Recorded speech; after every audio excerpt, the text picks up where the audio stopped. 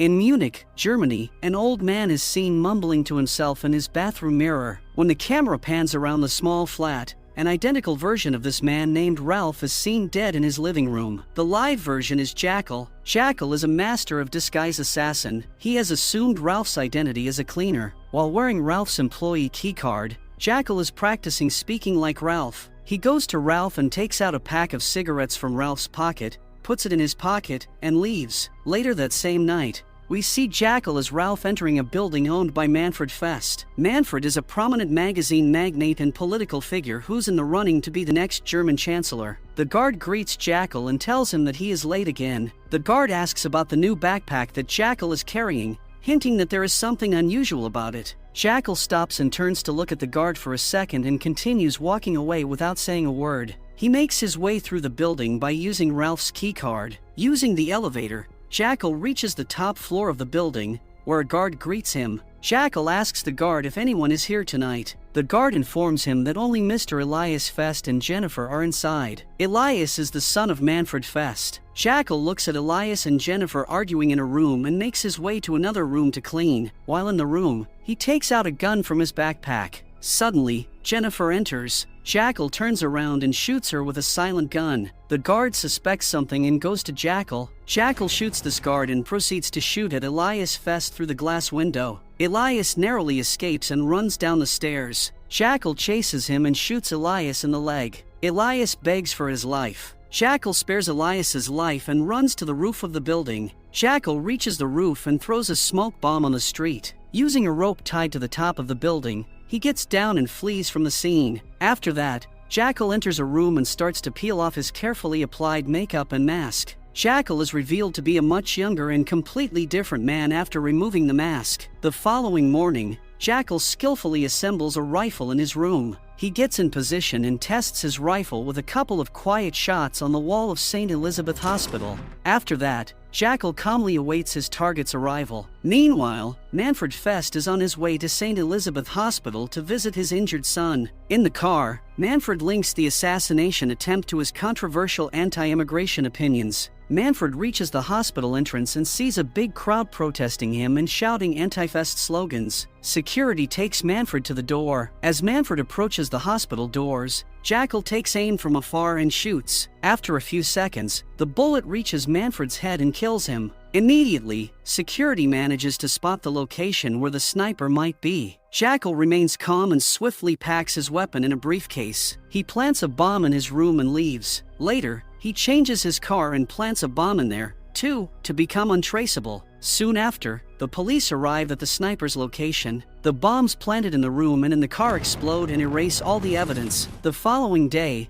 Jackal reaches Nuremberg, Germany, to meet a man. Jackal is here to buy some antique chess sets from this man. Jackal buys a set and leaves. Later that day, Jackal reaches a German-French border. He pulls up to a checkpoint where every car is being examined by the border patrol officers. One of the officers reaches Jackal's car and asks for his passport. Calm and collected, Jackal hands it over. The officer asks him to open the trunk. As Jackal opens the trunk, the officer sees a small box inside there and asks him to open it. He opens the box to show the officer his chess set that he bought earlier that day. The officer lets Jackal cross the border into France with no suspicion. The next morning, Jackal enters a cyber cafe near a train station in France. He goes into the Darkcore browser and logs into his account. He texts asking for his payment for the job done in Munich. He gets a text back telling him to wait 24 hours. Suddenly, another message appears offering him 10 million euros for an assignment. He agrees to meet to further discuss the job.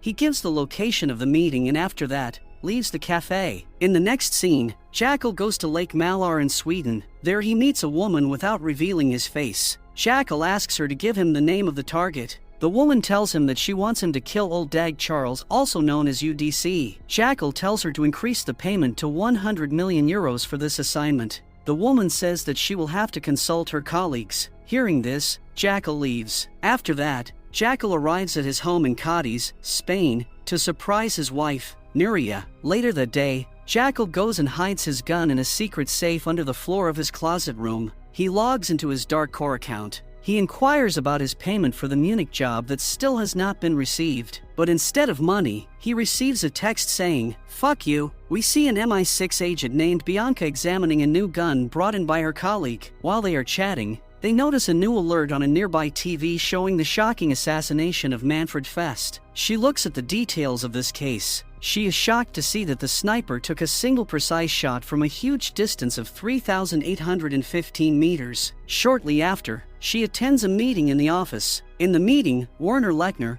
a representative from German intelligence, is also present through a video link. Lechner is briefing the MI6 agents about the aftermath of Manfred's assassination. When asked by Bianca, Werner tells her that no rifle was found on site. They also watch the security footage where the suspect is leaving with a small briefcase. Bianca informs them that the briefcase is not big enough to carry even the smallest rifle. She tells them that the rifle could be custom-made with the two-part barrel. She mentions Norman Stoke, an Irish gunmaker who has been rumored to be working on such a design for years. She tells them that Norman has been wanted and on the run since 2018. She argues that Norman could be the only person capable of creating such a rifle. Her seniors doubt her, but she insists that Norman could lead them to the assassin. After the meeting, Bianca is called in private by her superior Isabel. Isabel asks Bianca how she plans to track down Norman. Bianca tells Isabel that she has an asset in Belfast by the codename of Sparrow. Isabel asks her to find this Norman guy. Later that day, Bianca arrives at a supermarket in Belfast to meet her asset named Allison. Allison tells Bianca that if her husband Larry catches her talking to Bianca,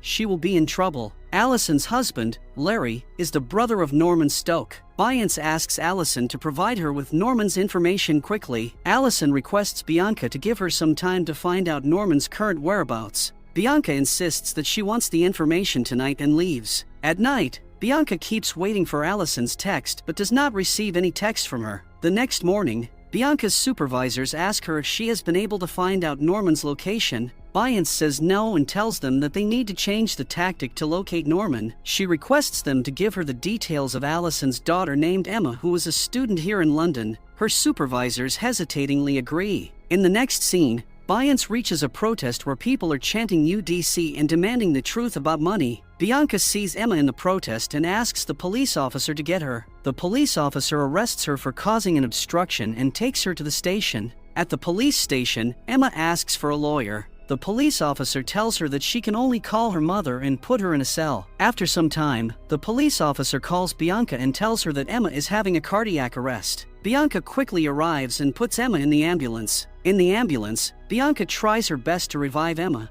but Emma dies in the ambulance on her way to the hospital. The next morning, Bianca gets a call from Allison. Allison accuses Bianca of putting her daughter in jail. Allison accuses Bianca of arresting her daughter after she failed to provide Norman's information. Allison is not aware of the fact that Emma has died in her cell. Bianca does not tell Allison about Emma's death. She gives Allison a deal where she will get Emma out of jail in return for Norman's phone number. After that, Bianca goes to her office. She tells her seniors that Emma had a pre-existing heart condition and could die anyway. Her seniors introduce her to a man named Carver, who is going to clean up her mess. Bianca asks Carver to keep Emma's death a secret for 24 hours. Carver agrees to do so. After she leaves this meeting, she calls Allison. She tells Allison that she has arranged to get Emma out of prison, but she needs Norman's phone number within 24 hours in exchange. In the next scene, we see Allison convincing Larry to call his brother Norman for money. She tells Larry that they need money to go and visit their daughter. According to them, Emma is still in jail in London. Larry tells her that he has already called Norman twice. Later that night, they are at a small bar drinking. Larry goes to get Allison a drink. Allison discreetly grabs Larry's phone. She takes a photo of Norman's number and sends it to Bianca. After getting Norman's phone number, Biance locates Norman somewhere in Belarus. She goes to the location with a team. Norman, who seems as if he was already expecting them, rains gunfire at them. He kills 2 of Bianca's men. Norman manages to escape. Bianca finds Norman's briefcase lying in the forest. Later, in Spain, Jackal gets his payment for Munich job eventually. He texts his bank to find out the source of the payment. He also researches his next target, UDC. UDC is a billionaire tech entrepreneur who is launching his new software called The River. River will be able to create a global financial transparency and locate where the money comes from and where it goes. Meanwhile, over in New York, a team of some shady businessmen who want UDC killed are deciding if Jackal can be trusted or not. The woman named Leonora, who met Jackal in Sweden, is also sitting there. She tells her colleagues that Jackal is the best she could find. They agree to pay Jackal 100 million if he kills UDC. Meanwhile, Jackal is celebrating his son's birthday with Nuria's family. While at the party, he receives a text from his bank. His bank sends him the location from where the sender made payment for Munich job. He sees that the payment was made from a bank in Munich. He decides to leave the party and go to Munich at once. His wife Nuria seems disappointed, but still she drops him off at the airport. After Nuria leaves the airport, Jackal too leaves the airport behind her back. He goes to a bank. In a locker, he has hidden a lot of money and number of passports with different identities. He takes out one of those passports and leaves in a taxi. At the same time, Nuria happens to see her husband in a taxi after she has just left him at the airport. She starts to worry that her husband might be cheating. Meanwhile, Bianca is still on her case and tracks down the bag that Jackal was carrying with him in the Manfred's building. She deduces from the logo on the bag and the accuracy of the shot that the guy they are after is British and potentially ex-army. After that, we see Jackal, who has reached Munich. Leonora calls him and asks him to meet. Jackal gives her a location. Later that day, they meet in a garden, but Leonora does not see Jackal's face. She tells Jackal that her colleagues have agreed to pay 100 million euros to kill UDC, but says that the job needs to be done by the 28th. Jackal agrees. She gives him 20 million as the commencement fee and asks him not to attract any attention while he is in Munich. They agreed to use the codename Rodan for UDC and Jackal for the sniper. Later, Jackal finds out that the payment for Munich job was made from a company account named Hella. He follows the trail back to two names, Hans Langdet and Elias Fest. He figures out that the person who wanted to kill Manfred Fest was no other than Manfred's own son, Elias Fest. Elias is the one who made the payment. In Munich, Jackal dresses in disguise as an old man and heads to a funeral parlor. He asks the funeral director for advice on what to do with his dead wife's big house. Seeing the old man sad, the director says that they can also give counseling to handle grief. While talking, Jackal fakes a migraine. The director goes downstairs to Jackal's car to bring him the medicines. Jackal is left alone in the funeral director's office. Jackal has enough time and installs remote access software on the director's computer. After installing the software, he leaves. On the other hand, Elias Fest is trying hard to walk again after getting shot in the leg. He does not want to attend his father's funeral in a wheelchair. Against the doctor's advice to rest, he walks on the treadmill for a minute. Meanwhile, Jackal has gained complete access to the funeral director's computer. By using remote access software, Jackal discovers Manfred Fest's beneficiaries and information on his funeral. He finds the name of Elias' driver, Stefan Wolf. Sitting in his room, he decides his next move. Then he calls his wife Nuria. Nuria asks him if he is having an affair. Jackal denies having another woman in his life. After talking on the phone, Nuria goes to her husband's study room and finds the secret safe on the floor. She tries different combinations, but it does not open. After that, Nuria starts looking at the blueprints of the house. She also manages to find a locked hidden room in her husband's closet. With the help of her brother and mother, Nuria opens the door and goes inside. To their surprise, they find a huge amount of money, fake passports, guns, and prosthetics in the room. At the same time, Jackal is watching them through a security camera installed in the room. In the next scene, Jackal poses as the driver of Elias Fest. He kills Stefan Wolf, who is the real driver, and steals his car. The following morning, Elias gets in his car to go to his father's funeral. He does not know that Jackal is the one driving his car. While on the road, Jackal shoots a guard in the car and kidnaps Elias. Jackal speeds through the streets of Munich. Once they are alone, Elias confesses to hiring him to kill his father. He tells Jackal that he was angry about getting shot in the leg, and that is why he withheld the payment. Security personnel hear all about this on the phone. Elias offers money to spare his life, but Jackal says it is not about the money. Jackal says fuck you and shoots him. He plants a bomb in the car and leaves after changing his clothes. Before the security guards reach Elias' car, the bomb explodes, and Jackal runs away. The Jackal is in his car on a road in France. While not focused on the road, he crashes his car into the back of a truck. The truck driver becomes furious. The Jackal offers money for the damage, but the driver refuses. After that, the the driver signals the nearby police vehicle. The police officer arrives and asks Jackal for his documents. After the officer finds out that Jackal is coming from Munich, he asks Jackal to open his trunk. He opens the trunk. In the trunk, the officer sees a gun in a bag. The police officer is about to pull out his gun, but before he can do it, Jackal shoots him. Jackal also shoots the driver. Jackal stages the scene to look like the driver and the officer killed each other. He quickly leaves in his car. After that, Jackal calls Nuria and asks her to join him in Paris. He tells her that he wants to talk to her about something important. Nuria, who is worried after finding guns in the hidden room, hesitatingly agrees. Later that day, Jackal erases all the evidence from his car and gets a room in Paris. In the room, he gets ready to meet Nuria. Soon after, Nuria knocks at the door. Before Jackal could say anything, she slaps him across the face and demands the truth. Jackal tells her that he is a troubleshooter. He explains that big companies hire him when they have a problem and want it solved using industrial espionage. He tells her that his work can be illegal sometimes and he has to use false identities. He again lies to her by saying that he does not kill anybody. He assures her that he never lied about loving her or their son. Nuria gets afraid about his dangerous life that could harm their family. 2. He assures Nuria that after his current job,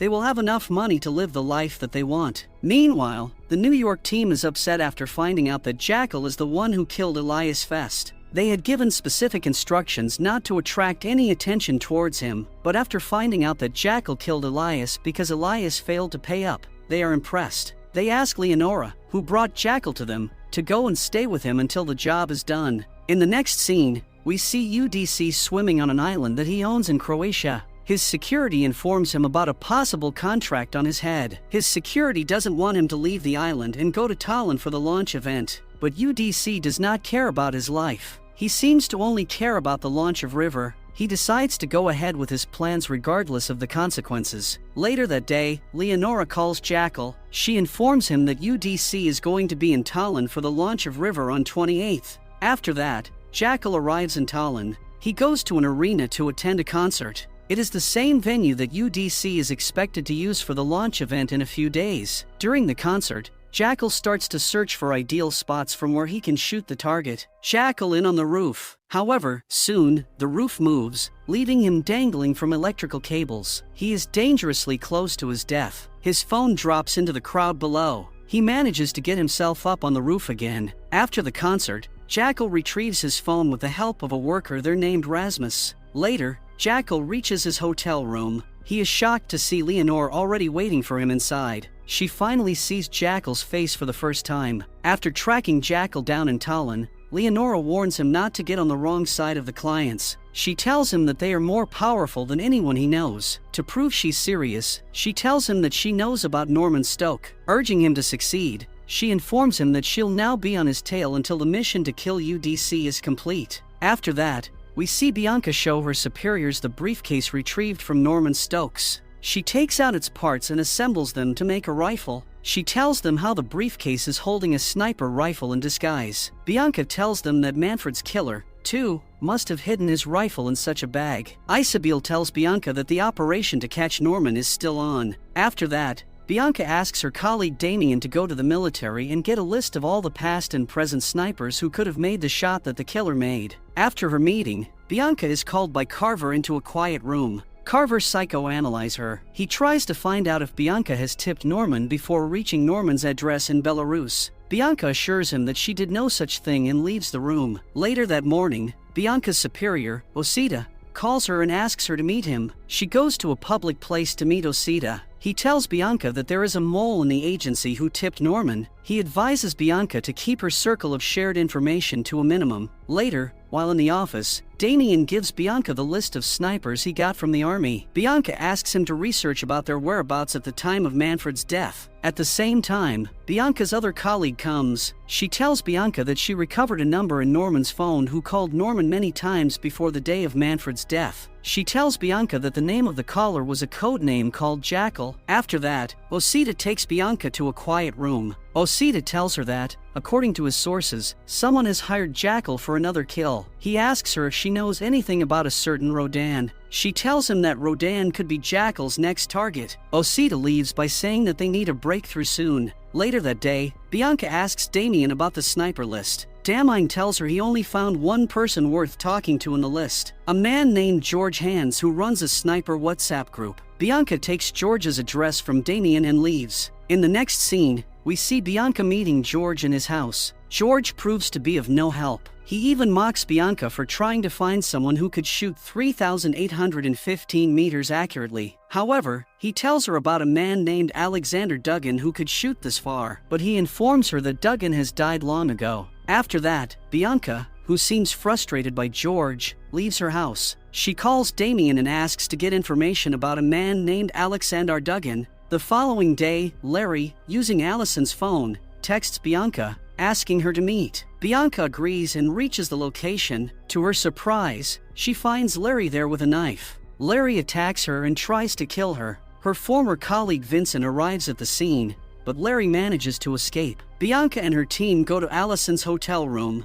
They find Allison lying dead on her bed. Larry has strangled Allison to her death. After this incident, Biance asks Isabella to let Vincent join her team because she trusts him fully. Isabel agrees to include him. Isabel asks Bianca to keep her informed about every minute's detail. Later that night, Bianca and Vincent go for a drink. When Bianca returns home, she finds Larry holding her daughter Jasmine captive. She manages to get Jasmine freed by shooting Larry in the leg. She nearly kills him before Jasmine stops her. He continues to refuse to hand over Norman. The next morning, Bianca and Vincent visit Larry in the hospital. They threaten to kill him and his brother if he does not talk about Norman's location. Eventually, he gives up Norman's location. He tells Bianca that Norman is in Budapest. He says that Norman is staying in a white building that has a cafe and stable near it. Bianca finds out that there are quite a few places that match Larry's description. They decide to go to Budapest and check them all. Meanwhile, Jackal contacts Norman using a VPN. Jackal tells Norman that he needs some custom-made weapon for him that could pass the metal detector.